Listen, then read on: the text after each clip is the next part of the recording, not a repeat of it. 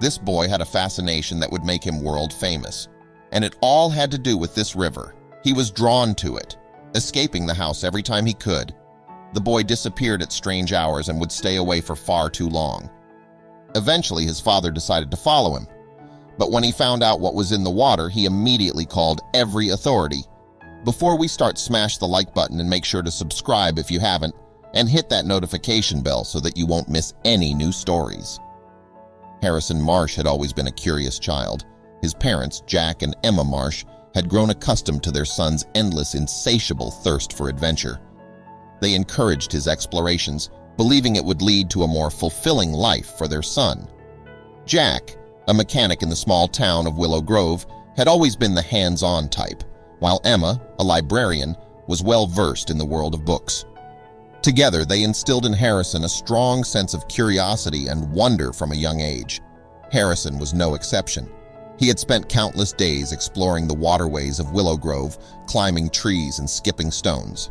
However, there was one particular river that held a special place in his heart, a river that he would come to know as the source of the most extraordinary adventure he had ever embarked upon. It all began on a warm, sunny day in May. As he and Max followed a winding path through the woods, Harrison spotted a river that he had never seen before. It was smaller than the others he had explored, and it seemed to have a peculiar shimmer to its surface. Intrigued, Harrison approached the river. The boy dipped his fingers into the water, which felt unusually warm to the touch. They spent hours that day exploring the area around the river, but as the sun began to set, Harrison knew it was time to head home. That night, as he lay in bed, Harrison couldn't help but think about the river. The next morning, he woke up early, grabbed his backpack and Max, and set out once again to find the river. But this time, when they arrived at the river, something was different. The water was no longer warm, and the peculiar shimmer was gone. Harrison was puzzled by the change, but his curiosity got the better of him. As the day wore on, the river remained an enigma. That evening, as he returned home and back to his parents, Harrison's mind raced with questions. Over the next few weeks, Harrison visited the river as often as he could. Meanwhile, Jack and Emma began to notice their son's frequent trips to the river. Jack decided to broach the subject with his son one evening after dinner. "Harrison, your mom and I have noticed that you've been spending a lot of time down by the river lately. Is there something going on that you'd like to talk about?" Jack asked, trying to sound casual. Harrison hesitated for a moment, not wanting to reveal the true reason behind his visits. "Oh, I've just been hanging out with Max," he replied. "We like exploring the woods and playing by the water. It's a great way to pass time." Jack nodded, accepting his son's explanation, but not entirely convinced. "All right, just make sure you're home before dark and be careful, okay?" Harrison agreed. For a while, he managed to keep his visits to the river a secret, but soon he found himself sneaking out of the house at odd hours. One day, as Jack was working in his garage, he couldn't help but notice that Harrison was gone again. Jack was still concerned about his son's increasingly secretive behavior. Jack decided it was time to find out what was really happening at the river. The trail led Jack to the edge of the river just as the last light of day was fading. He hid behind a tree, waiting to see what his son was up to. He watched Harrison approach the water, his eyes scanning the surface with a mix of anticipation and wonder. Jack emerged from his hiding spot, making his presence known. Startled, Harrison turned to face his father, a look of guilt etched on his face. "Dad, I didn't know you were here," he stammered, trying to come up with an explanation for his secretive behavior. Jack raised a hand to silence his son, a sad smile on his face. "Harrison, I'm not here to scold you. I want to understand what's going on, and if there's something we need to face together, then that's what we'll do." Relieved, Harrison shared his observations with his father, explaining the strange changes in the river that he had witnessed over the past few months. As they stood there, the sun disappeared below the horizon, casting the forest into darkness. To their amazement, as the darkness enveloped them, the river began to glow again.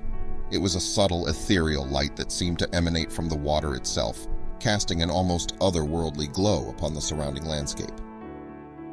Harrison noticed something stirring beneath the surface.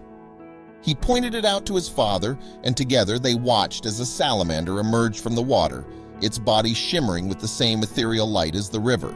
They soon realized that the salamander was no ordinary creature. It seemed to have a special ability that immediately explained the strange glow in the water. It was an ability to harness sunlight and store it within its body, allowing it to extrude the light at will, creating the breathtaking glow that filled the river. As they observed the creature, they understood that it was the source of the river's mysterious allure and the reason behind its unpredictable changes. The father and son duo spent hours watching the salamander.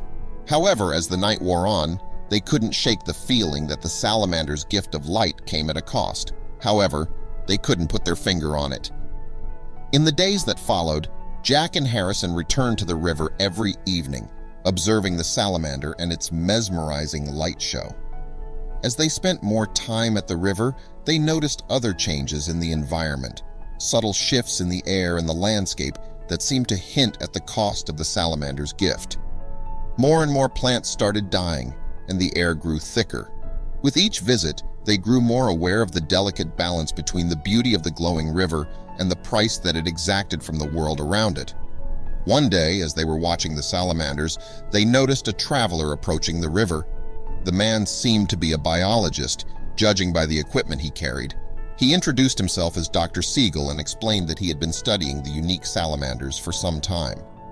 Dr. Siegel revealed that the salamanders were not native to Willow Grove. They had inadvertently been brought to the area in his backpack after a research trip to a distant part of the world. The salamanders, thriving in their new environment, had begun to reproduce at an alarming rate. The enzymes they extracted from their bodies, while beautiful to look at, were highly toxic to the surrounding ecosystem. The contaminated water was killing off the plants and the fish, and if left unchecked, the entire area would eventually become uninhabitable. Harrison and Jack knew that they had to act. They called the newspapers and local authorities and also organized a meeting with Dr. Siegel to discuss a plan to save both the salamanders and the environment. The town's residents were alarmed by the news. The plan involved capturing as many of the salamanders as possible and relocating them to a contained environment where their natural enzymes would not pose a threat to the ecosystem. Harrison, Jack, and the residents of Willow Grove joined forces with Dr. Siegel and his team. They worked tirelessly, day and night, capturing salamanders and removing them from the river. After weeks of hard work, they had successfully captured the majority of the salamanders and relocated them to a safe and contained habitat. Dr. Siegel's team had also developed a solution to cleanse the river and restore it to its natural state. The river's shimmer disappeared, but its water was now clear and safe for the plants and fish to thrive once again. The people of Willow Grove celebrated their victory in saving their beloved town and the salamanders. Harrison and Jack were hailed as local heroes. In the years that followed, the bond between Harrison and Jack grew stronger than ever. Their shared adventure brought them closer together, and they continued to explore the natural wonders of Willow Grove, always with a newfound respect for the delicate balance of the environment. The salamanders, now safely contained in their new habitat, continued to be a source of fascination for the residents of Willow Grove. Dr. Siegel stayed in the town, studying the creatures and sharing his knowledge with the community. The town became a beacon of environmental awareness, and its people dedicated themselves to preserving and protecting the natural world around them. And though the river no longer glowed with the light of the salamanders, the memories of the magical nights spent by its banks would remain etched in the hearts and minds of Harrison, Jack, and the people of Willow Grove forever. And they would never forget, because that spot by the river was a place where they would memorialize what happened once a week for years to come.